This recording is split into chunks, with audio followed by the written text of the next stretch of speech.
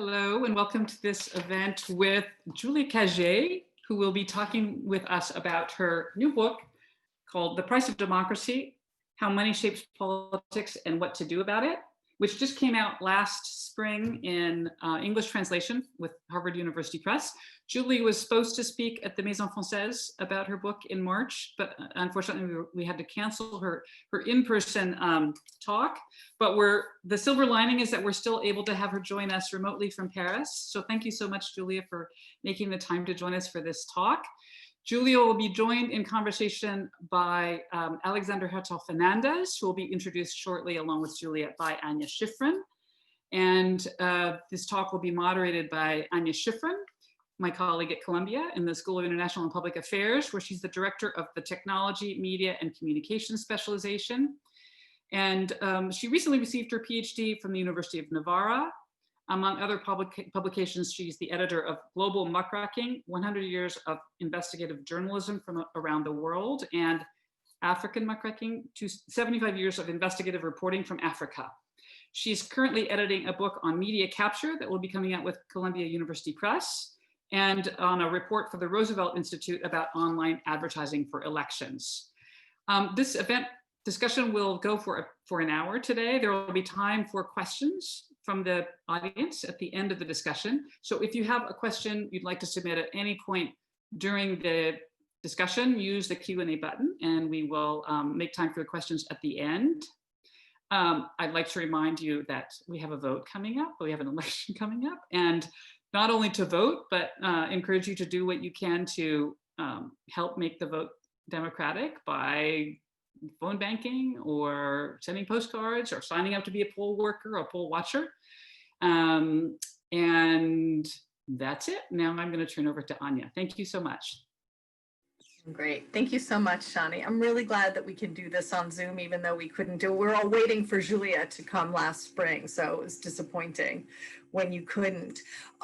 Julia is an assistant professor of economics at Sciences Po, and her work is known very widely outside also the economics profession, partly because Julia does a lot of work on information and on media and on saving journalism. She is the president of the Reader Society of Le Monde and has been coming up with some pioneering ideas for how to help Le Monde's and other journalists' financial viability and sustainability. Julia's also written a lot. Not many people maybe know this outside of the field, but Julia's also written a lot on the history of African journalism and the economics of the media in Africa as well. I think this book, obviously I've read all your books, and this book is a really exciting, interesting one because Julia doesn't just diagnose the problems of campaign finance and pull together comparative data from all over from Europe as well as the US, but you've also got interesting ideas on how to fix the problem. So I'm very happy that we'll be able to hear both about your ideas and what's wrong and how to fix it. And political scientist Alex Hertel-Fernandez, who's a professor at SIPA, where I teach, School of International and Public Affairs, and has written his own book on state capture, will be able to sort of respond to some of Julia's ideas. And then I guess we're all really interested in capture because I also have a book coming out on capture, so I know that capture is going to come up as well. Julia, do you want to start a little bit by telling the audience about the sort of comparative research that you did on campaign finance and your ideas about sort of tax policies and how they've made the whole problem worse? Maybe just explain a little bit how you view this problem. Yes, so thanks a lot, Shani, for the invitation, and Anya for organizing the discussion, and Alex for accepting to be part of it.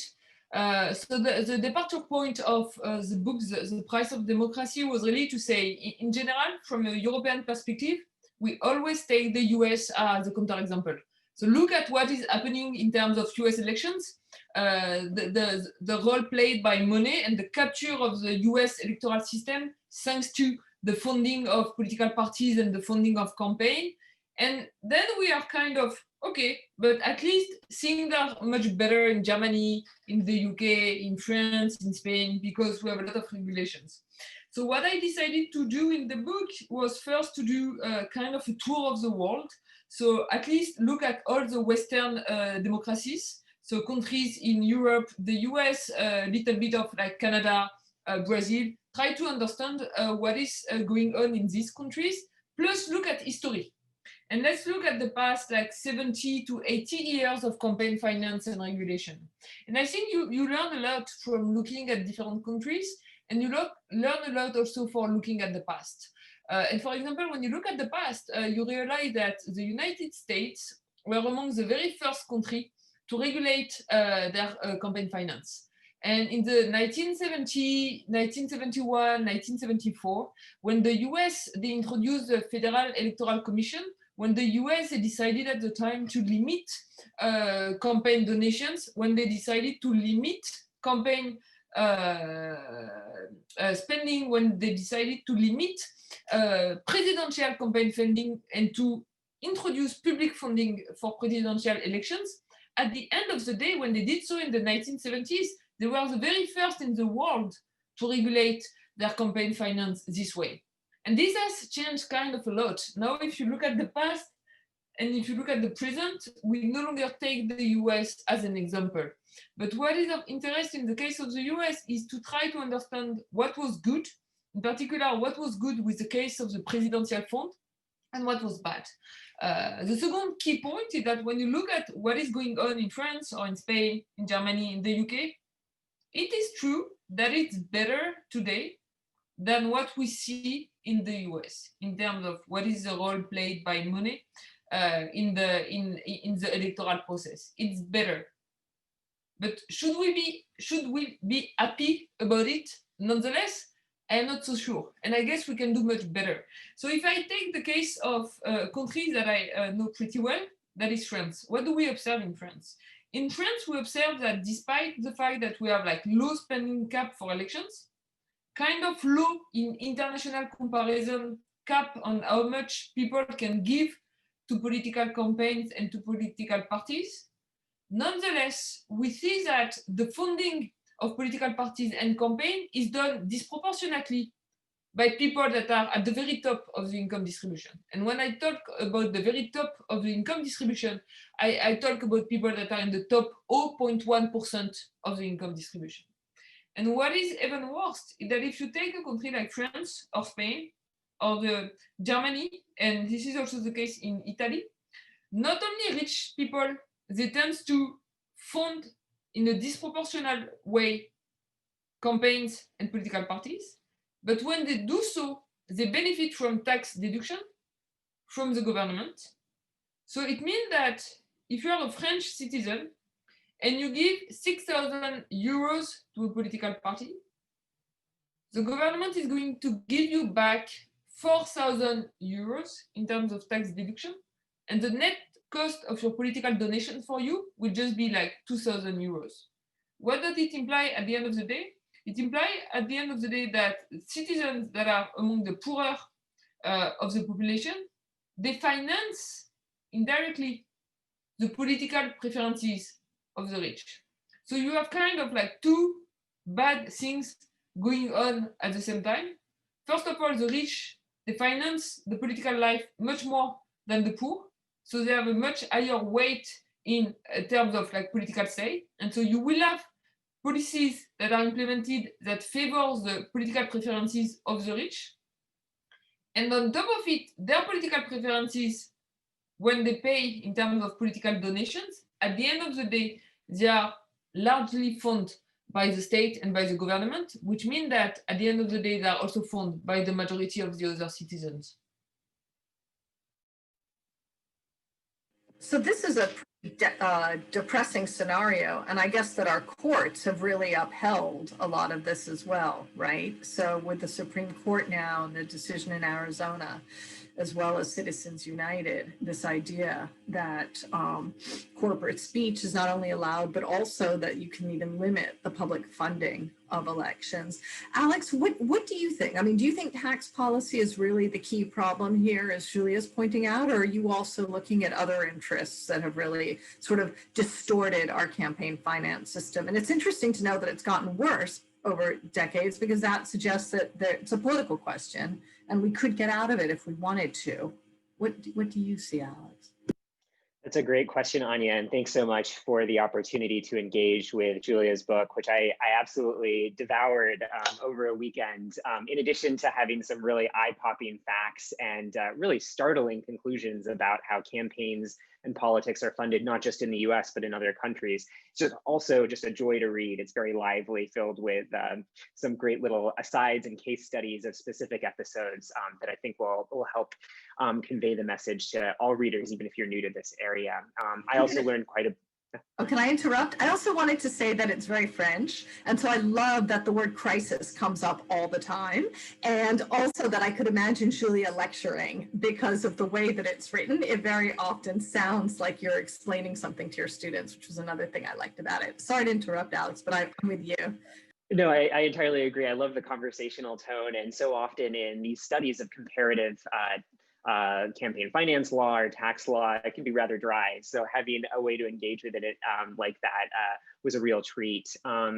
So as you mentioned, Anya, in your introduction, I am a provincial Americanist focused on US politics. So it was very interesting to see the ways that there were concentrations of wealth that were affecting policy and politics in these Western European countries. You know, as someone who's focused for so long on US politics, I always thought that we were so much of an outlier on this front. So it was interesting to see the ways that there is concentration in other countries. At the same time, you know, you mentioned the courts. I really want to draw attention to broader political institutions in the United States that I think set us apart above and beyond our tax laws or our campaign finance regimes that create terrain that's quite fertile for concentrated economic interests, be they private businesses or wealthy donors, to have a real outsized effect on policy. And that includes policy from the state level up to the federal level.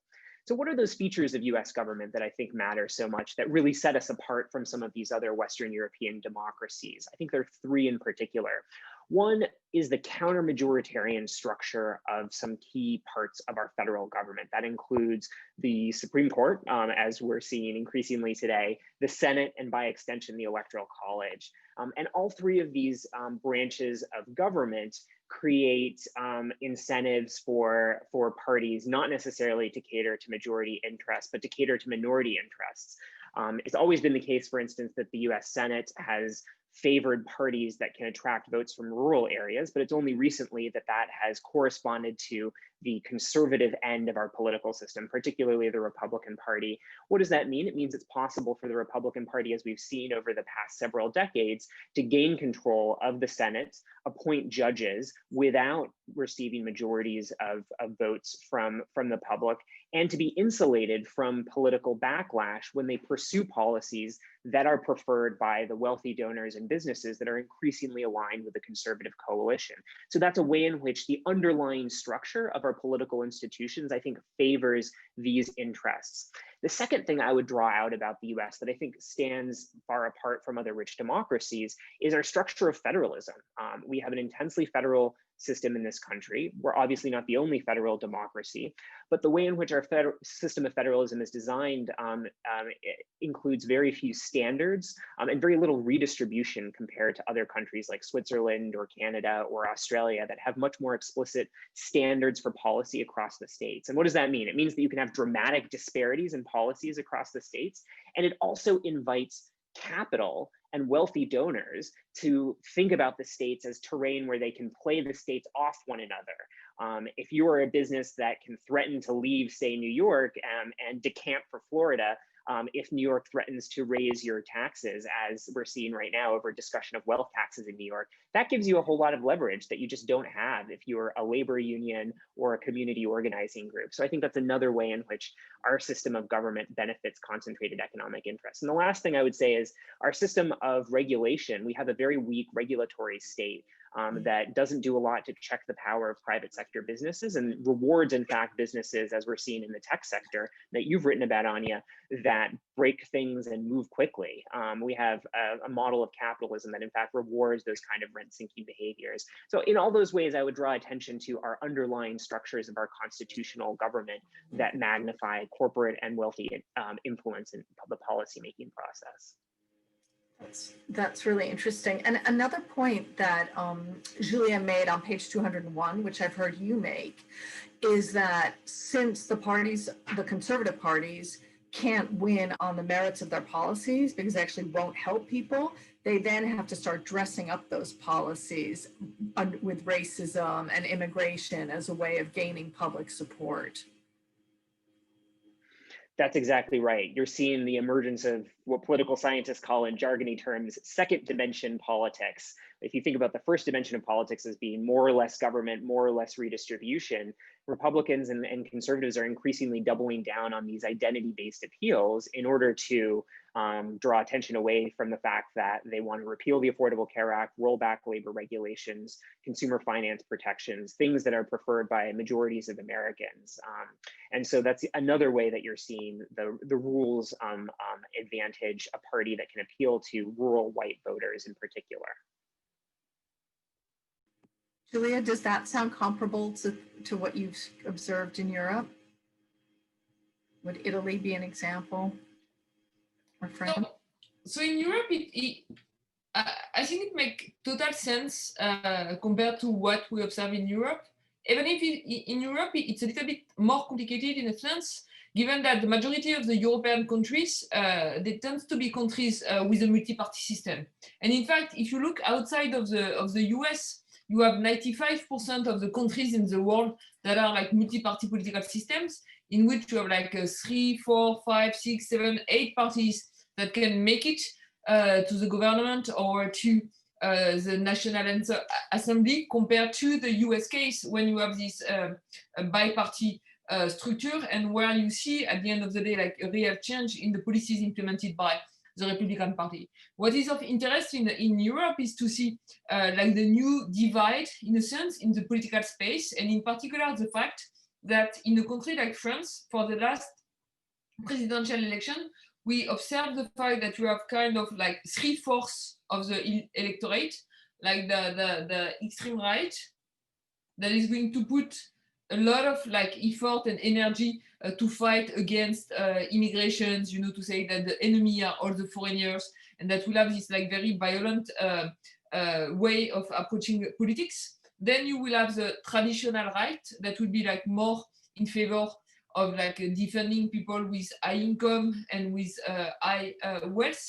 Then you have something that it's hard to define, but today people will say that this corresponds to the center right. So this will be like our new president, Emmanuel Macron, that will at the same time defend people with high income, high wealth, but also people with kind of high education level.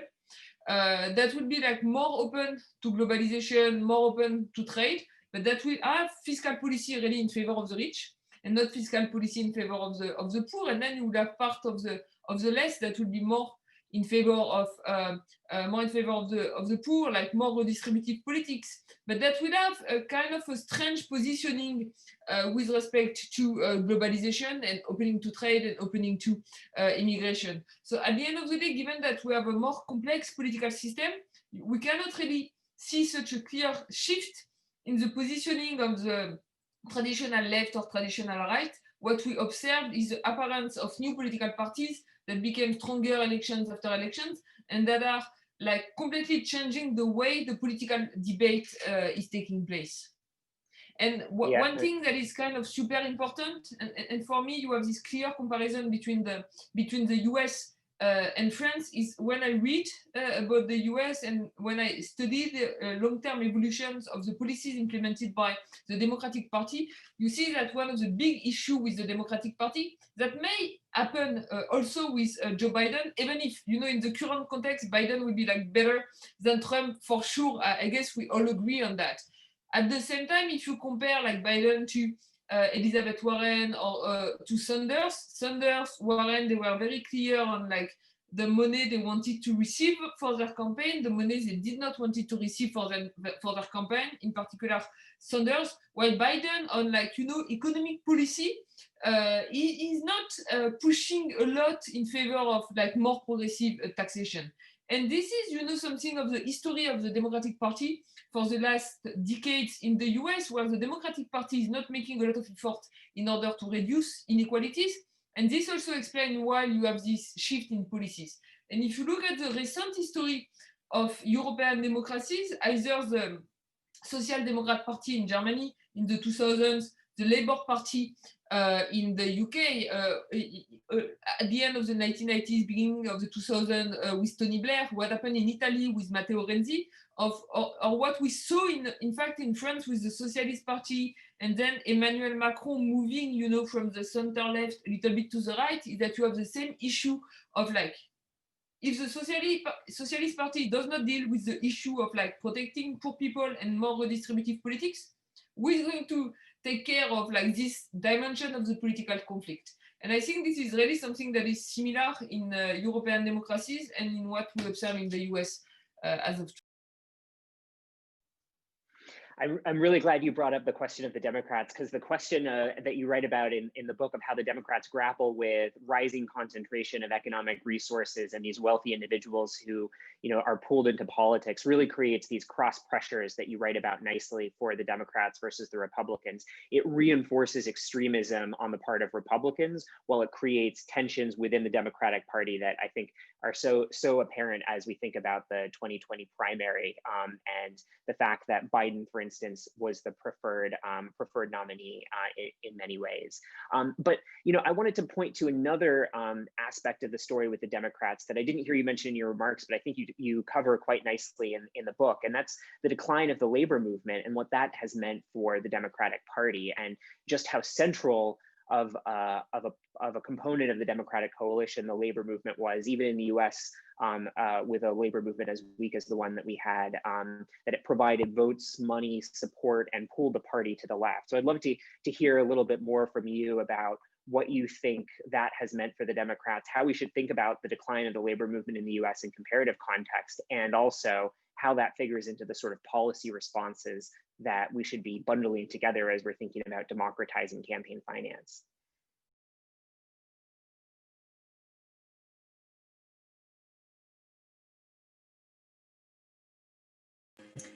Julia, would you like to unmute? Yes. No, I completely agree with what Alexander just said. So I was not going to jump in. I was just like very happy with like yeah, what he said. I'm wondering, you two, whether at this point you've sort of painted such a bleak picture, Alex and Julia, and I'm wondering, are our societies so far down the polarization, racist road that even if we fix some of the campaign finance problems, it's almost too late? I mean, is that going to address what ails us? I know we talk all the time in journalism about how, you know, our financial problems are so terrible, and if we could just restore local news, we might rebuild trust. But there's another school of thought that says, no, it's not going to, you know, the breakdown is so tremendous at this point, the polarization is so tremendous that just, you know, fixing the news isn't going to fix these political problems. And I'm just wondering if fixing campaign finance is going to fix all these political problems, or it's just a part of the whole thing. What do you both think about that? It's never too late, Anya, I guess. Like, I'm 36. I still have a lot of like years to live. I hope so. And I guess if we don't want to change the things now, it will be even worse like in 10 years. Let's look at what was happening like 10 years ago. I remember I was kind of young at the time. I think it was 2000. You had this issue of the elections in the US with Al Gore versus Bush, and like weeks of discussion after the elections to know who between like Bush and Al Gore won the election. And at the time, people were all, oh la la, we should have done something before, because this cannot happen in a democracy. And today, what do we see? We're in 2020. We see like the Republican campaigns saving like half of the money they raise for legal fees, because they're preparing themselves, you know, just to split the different states and like polling stations in case of a defeat of Donald Trump, you know. And so when we were looking at the situation in 2000, we were saying, perhaps it's too late to fix it. Look at 2020, it's even worse. So I think we should always kind of fight to have a situation that will like be better tomorrow. Obviously, it's kind of hard. And when you look at the Supreme Court, and like when you look at what happened like 2 weeks ago, obviously it's even worse than the Supreme Court won't improve, I guess, in the in the near future in the US, but still we should fight and try to see on each single point what should be done. This is the case for regulating campaign finance. We should do better. It cannot be worse. Perhaps it can even be worse, but we should try to do better. And this is also the case for local news. Of course, if we create new local journalism, pass some bill in order to save local newspapers, it won't fix all the issue. And of course, you have some people, that now are no longer reading local newspapers, and it won't be enough. But we need to begin with something. And I think it's something that is super important. For example, I have the very last part of the book. It's about equal representation, and in particular the fact that we have no longer any blue collars in our House of Representatives. And when you say that to people, and you say there is a big issue of representation, the MPs are not representative of the overall population, so we should do something to have more blue collars people. What do politicians answer in general? Oh, that's true, but if we talk about blue collar, we should also talk about gender issues, and perhaps we should also talk about minorities, and why not look at people that have an handicap? And because the issue is too complicated, I think that what is the most important, is to do nothing. I do think that the problem is huge, that the issue is super complicated. I do agree that regulating campaign finance won't be enough, but it will help. And at least we can do a lot of other things. If we do not regulate campaign finance to begin with, it won't help a lot. So let's do it. It won't be enough, okay, but let's do it. There is so much to do. I guess we should begin somewhere. I'm so glad you brought up your proposal in the book around changing the representation of different occupations and class backgrounds in the legislature, because I found that to be super provocative and also I think very inspiring to think about getting greater diversity of class in our national legislatures and in our state legislatures too. To that point, there's actually been some great political science work here by Nicholas Carnes documenting how people from different class backgrounds really have these very different behaviors and preferences that they bring to the work that they do. And I just think that underscores the need for that kind of proposal to be on the table. But to return, Anya, to your question about what is to be done, I guess I would think about two separate crises that need to be addressed right away. So no pressure.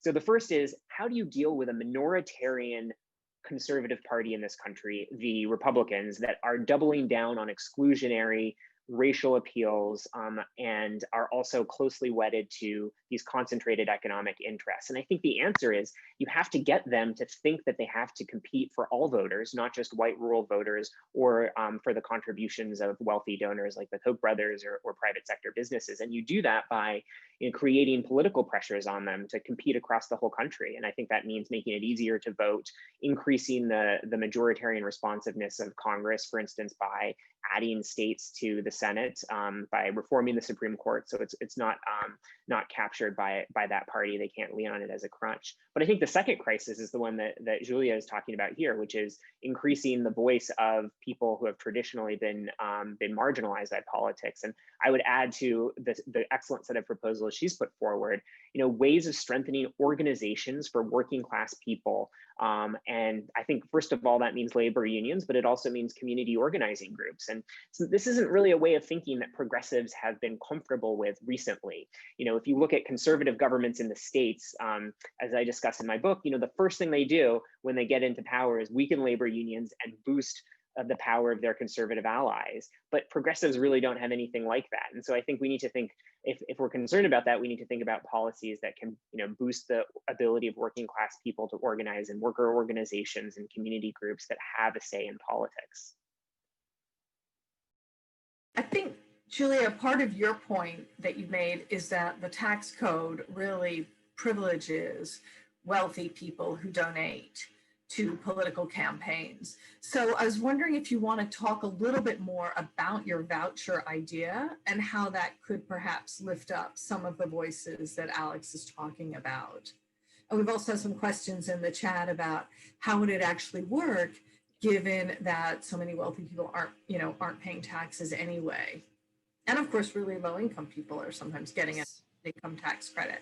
So maybe a little bit of nuts and bolts of how you would fix this problem. please. Thank you. Yes. So if you look at, this is not the case in the US for political donations. In the US, since 1976, you cannot receive tax deduction for political donations, which is one good thing about like today's regulation of campaign finance. But you have the same issue in the US with donations for like foundation or philanthropic organization. The tax deduction you receive for your donations depend on your income. In a country like France, for example, to benefit for tax deduction that are linked to political donations, you need to pay income tax. You have half of the people in France today that do not pay income tax. Don't worry, they pay a lot of tax, a lot of other tax. And they pay the VAT, and they pay tax on their housing, and they pay tax on their like wage for social security. They pay a lot of tax. They pay the majority of the tax. Just they have a zero marginal tax rate for income tax. And because of French law, if you don't pay this part of like overall taxation, income tax, when you give to a political party or when you give to political campaigns, you cannot benefit from tax deduction. It does mean that today, if you look at public funding of parties and campaigns in France, half of the money is through direct public funding that is given to political parties depending on their past electoral result. But half of the money is through the tax deductions associated to the political donations. It's a big issue, I guess, to spend half of the public funding on a system that only benefit the more affluent citizens. So I do say, let's take this money that is today used through tax deduction that only benefits the rich. Let's take this money and give it to all the citizens so that every citizen, independently of its income, independently of its wealth, can finance the political party of its choice. And this is what I call the democratic equality vouchers. The democratic equality voucher is a voucher worth €7 if you don't want to spend more than what you spend today in France. It will correspond basically to how much money is spent today privately in US politics.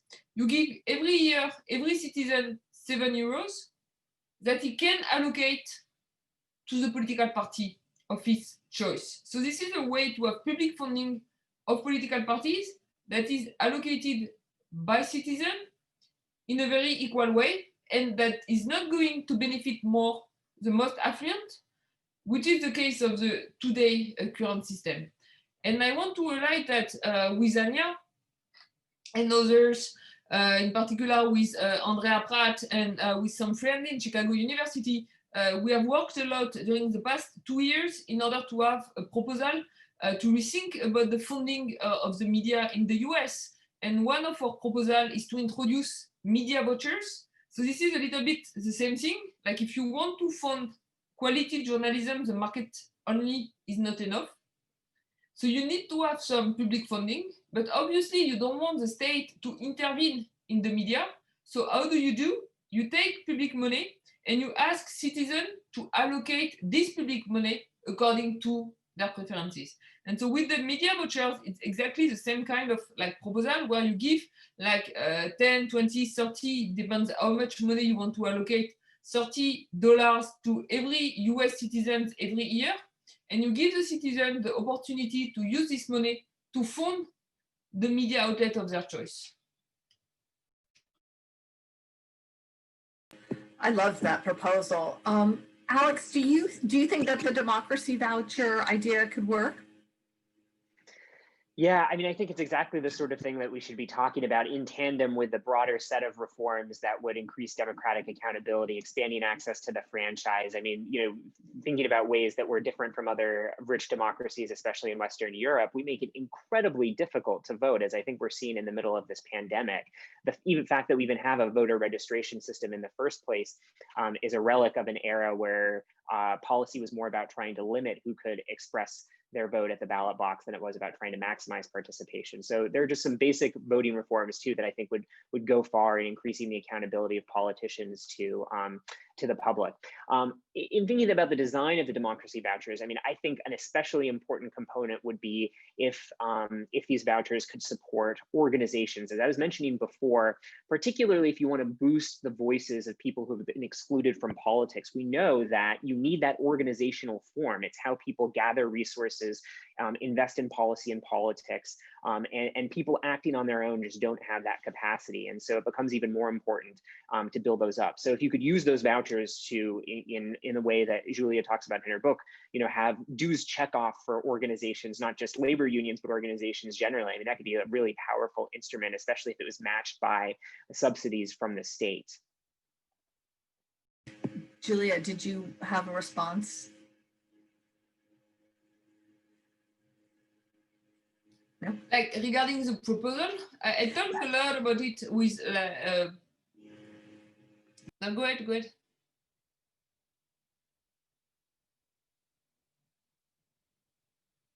No, I was wondering whether you want me to answer Alexander, or whether you want me to tell you if politicians responded positively to the democratic voucher proposal. And I wanted to highlight that this proposal generated a lot of interest, and I am kind of positive at some point it might work, not only in a country like France, but at the end of the day, in the US, what is pretty hard is to do stuff at the federal level. But you can do a lot of things at the state level. And this proposal of the democratic equality vouchers was also inspired of a number of things that have been done in the US, and in particular, the fact that you have some vouchers that were introduced in a number of places in the US in order to fund for local elections.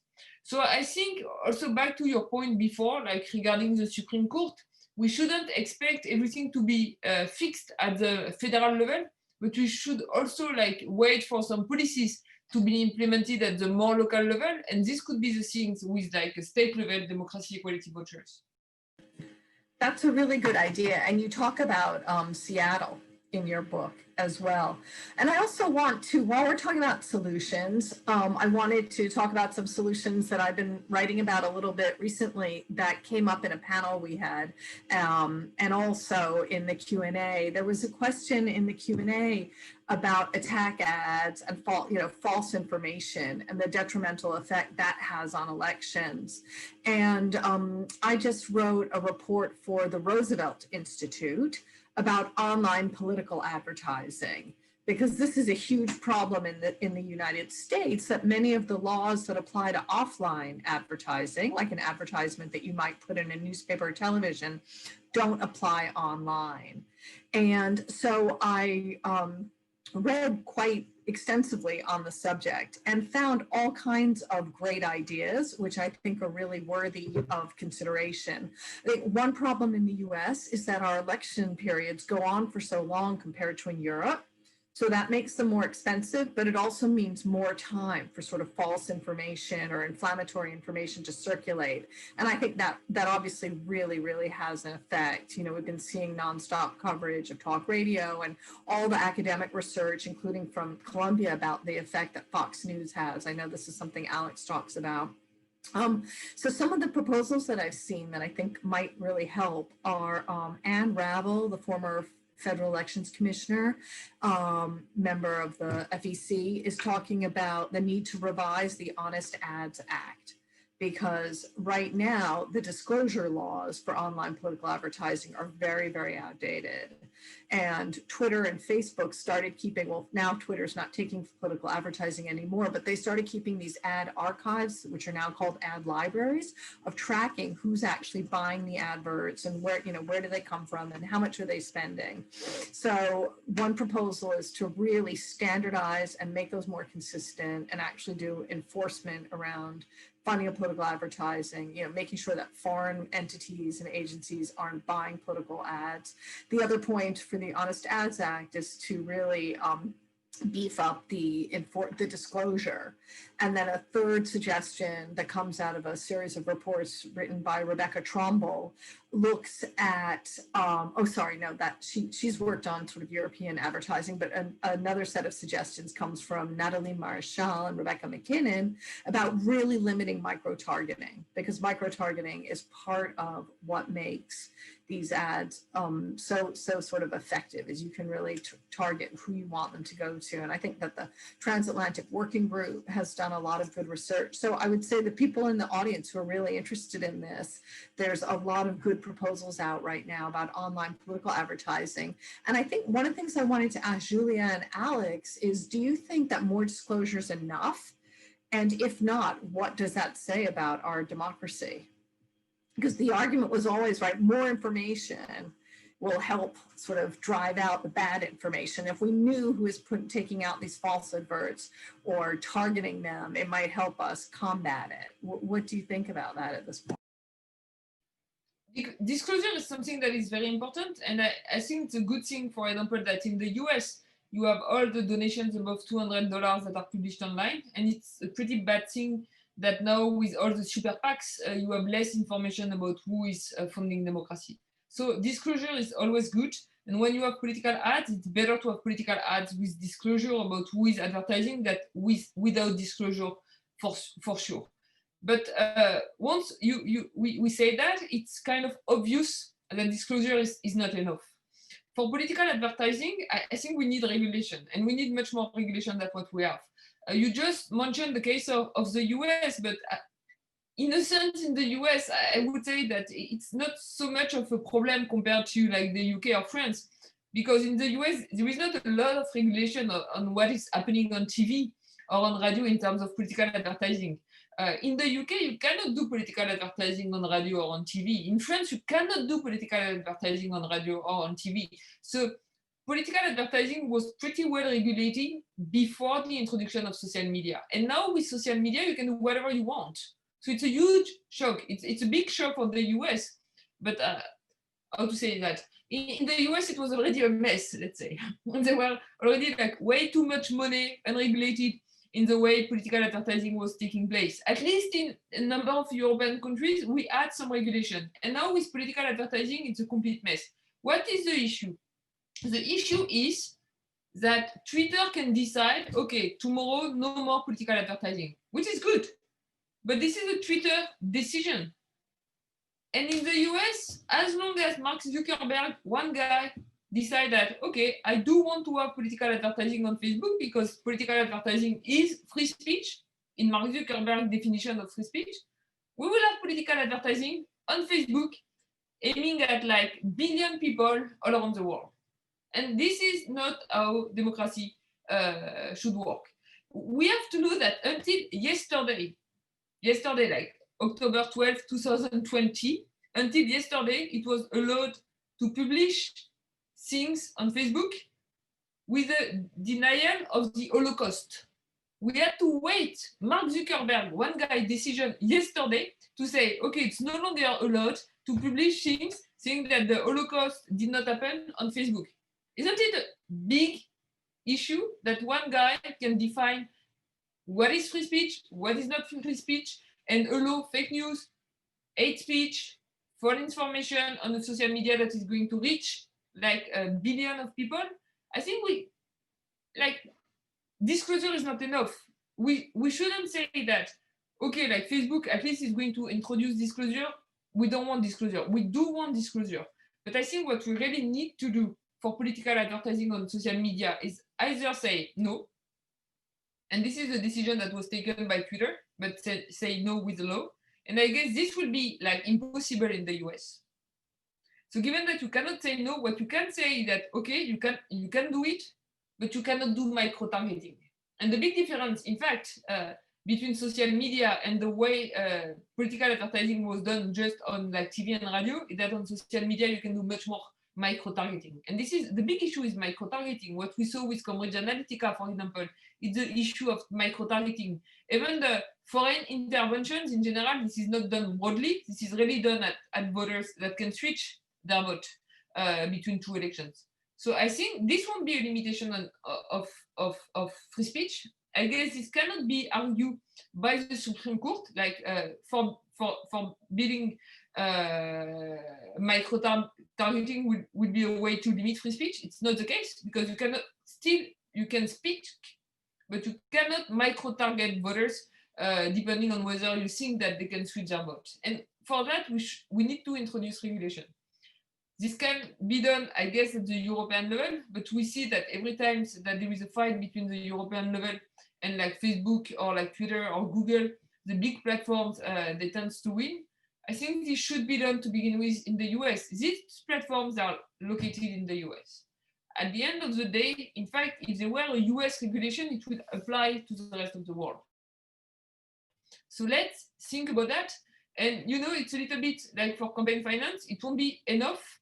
But if the Biden administration could fix this issue like at the very beginning of 2021, I guess it would be like a big improvement for the future of the US and other like Western democracies. Well, I think we're all in the US really hoping that the Europeans can start regulating the tech companies. And I know it's our fault because they're American ones, but I think we've all been really, waiting for the Digital Services Act to get revised and very disappointed that COVID has delayed things. I hope this isn't too far afield, but I'm obviously, like everybody, really watching Australia closely and their moves to try to get Google and Facebook to pay for news and to set up an arbitration panel to set up the price, to help negotiate the prices. And we're all really curious to see whether they'll succeed where Spain and France did not succeed. So I think that's something exciting too. Alex, I didn't know if you wanted to come in and respond to anything that Julia just said, all her. I did, and on this broader question of disclosure, I just wanted to surface a way in which the way that free speech has been constructed by the Supreme Court in this country is such a great example of conservative and corporate capture, using a concept and leveraging it for entrenching further power. So where you've seen the free speech doctrine developed the most and applied in cases is increasingly to corporate regulation, to defeating labor unions, and at the same time that workers' free speech rights are curbed. So it's really a question of whose free speech rights are being protected here by the conservative judiciary that we have. But I also wanted to put another issue on the table that coming out of the book, which is in the US, we don't have a system of tax subsidies for campaign contributions, as Julia brought up, but we do have a system of tax subsidies for donations to nonprofits, as well as very weak regulation of what counts as political speech or not on nonprofits. And so I'd love to hear Julia say a little bit about what she thinks of this regime and how we might change it. To give just one example that I've come across in my own work, so much of the political advocacy that the Koch brothers do, for instance, is actually not through campaign contributions that would be affected by a new campaign finance regime, but it's through nonprofits, 501c3s that are hiring grassroots volunteers, paying for speech on on TV and radio and print, and holding grassroots events with people. And so it's a lot harder in my mind to think about, how do you regulate those kinds of activities that fall under the 501c3 apparatus of our tax system? It's a very good question. So the title of the book is The Price of Democracy.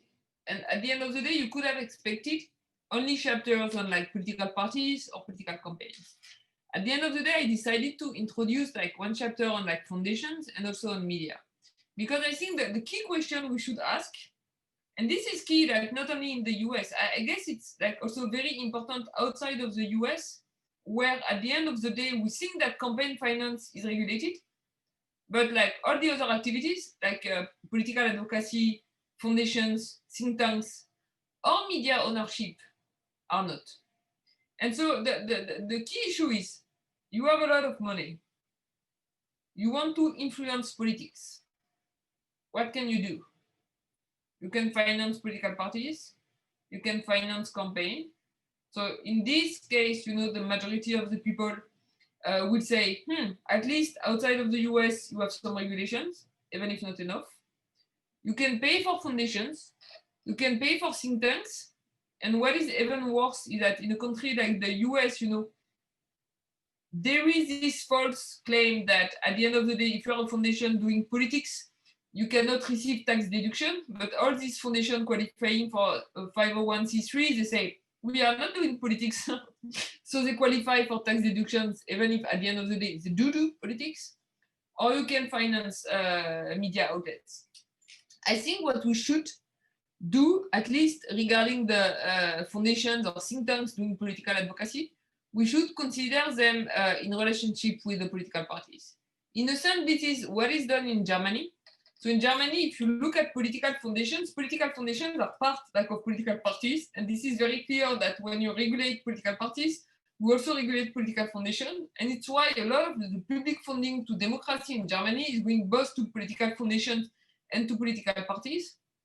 But it also means that if you limit the spending of political parties, you should also limit the spending of this foundation. And obviously, we should also work on the ownership and concentration of the media industry. At least to begin with, I think, in the very first place, we should introduce more transparency. We should be like more honest in a sense when we consider the activities of these political foundations. Do not, accept the fact that they can qualify for 501c3, even if it is completely clear that they are doing politics. So, do not look at their official claim. We are not into politics, but do look at their real activity. And at the end of the day, like we're talking about political inequalities. I guess like one of the big reasons why political inequalities are so high today is because we saw such a huge increase in economic inequalities. And if we do not think about how to regulate wealth and capital accumulation, such as the one of the Koch brothers are able to spend like $1 billion per electoral term. So, they have enough money to spend $1 billion every 2 years on US politics. So it means that at some point, the amount of money, the quantity of their assets is so high that there is nothing that you can do but regulating how much asset they do have through progressive taxation. And I think we should also tackle this issue, because if we do not tackle progressive taxation, at the end of the day, I think we won't succeed in our fight against political inequalities. Thank you so much for Julia. And in a way, you've sort of answered, I've been trying all along to kind of get everyone to answer the questions that are in the Q&A, even if I haven't said it's from a question in the Q&A. So I think, Julia, in a way you've addressed one of the questions is, what do we think about Michael Bloomberg? So in a way, because he doesn't, these zillionaires who don't need donor money are almost more independent, right? And by the way, that would be true of media. I mean, Washington Post and Jeff Bezos. So one question is, what do we think about zillionaires and are, running for office, and are they more independent? We also have a question, I'll just put on my glasses, about the barriers for working class candidates and how they can even run for office. And I feel like we've covered that pretty deeply, but if anybody has ideas or examples of policies that can lower those barriers. And then, of course, here's the question that could the regulation of political advertising backfire, because then rich donors may start putting the money back on TV, and therefore there would be more of a disparity in voices between rich and non-wealthy donors. And I assume you mean, what if political advertising went back to television from online? Would that privilege the wealthy even more? So don't know if Alex or Julia want to answer any of those before I turn things back to our host, Shani Peer, who may also have a question before she closes things up.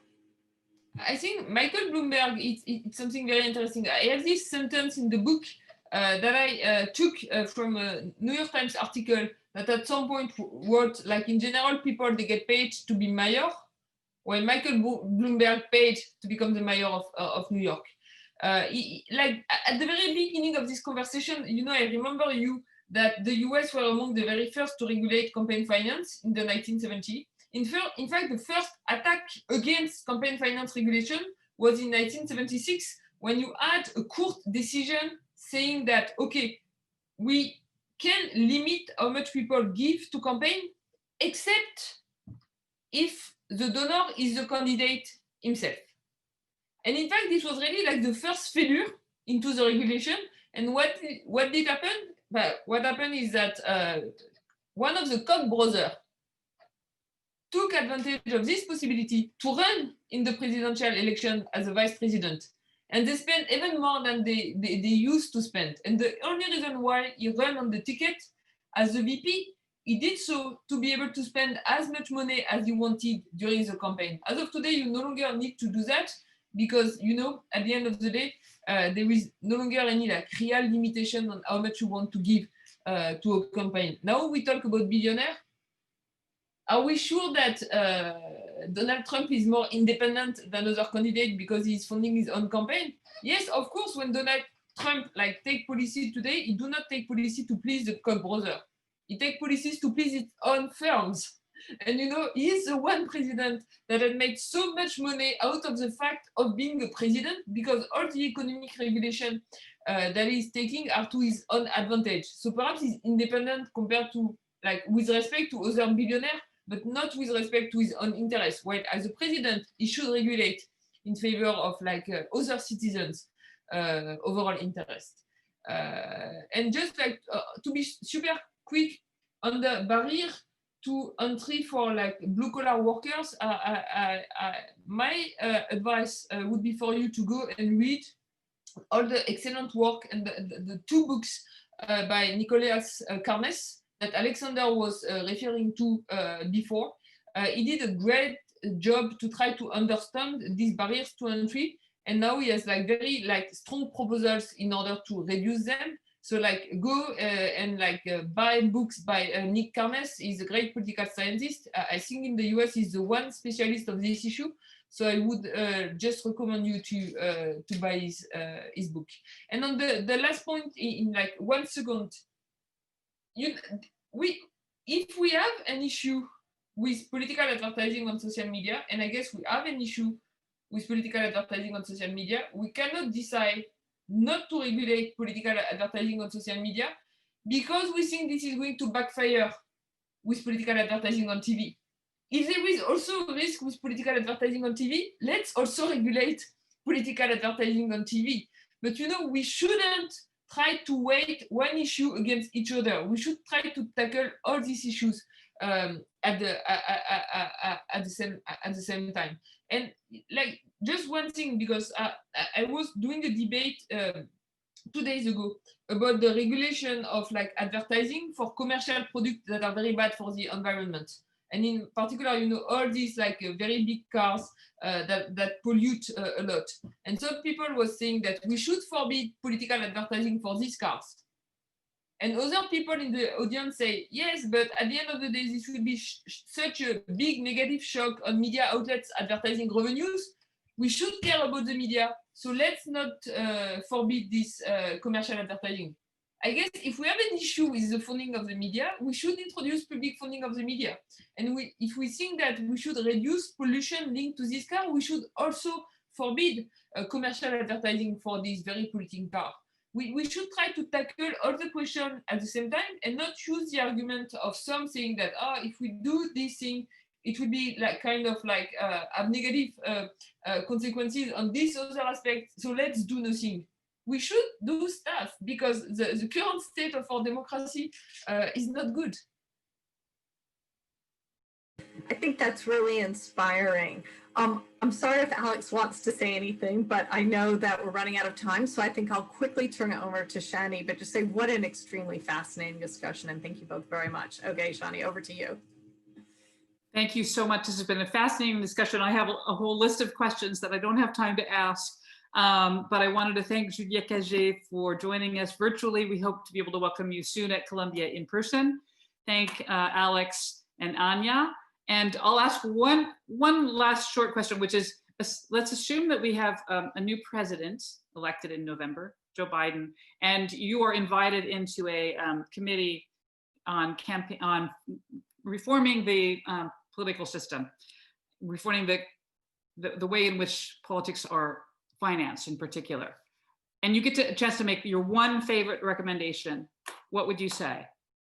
In one short sentence. I'll ask that question of all three of you. I guess I would I would start say- with rebuilding the labor movement. We know that with labor unions that help working class people run for office, that raise money for progressive candidates, and that fight back against the concentrated economic interests that currently dominate our politics. And that sort of creates the feedback loops you need to address all of these other problems. Okay, great. Julia? I would say no political donations over $200. We should limit like the political donations to $200.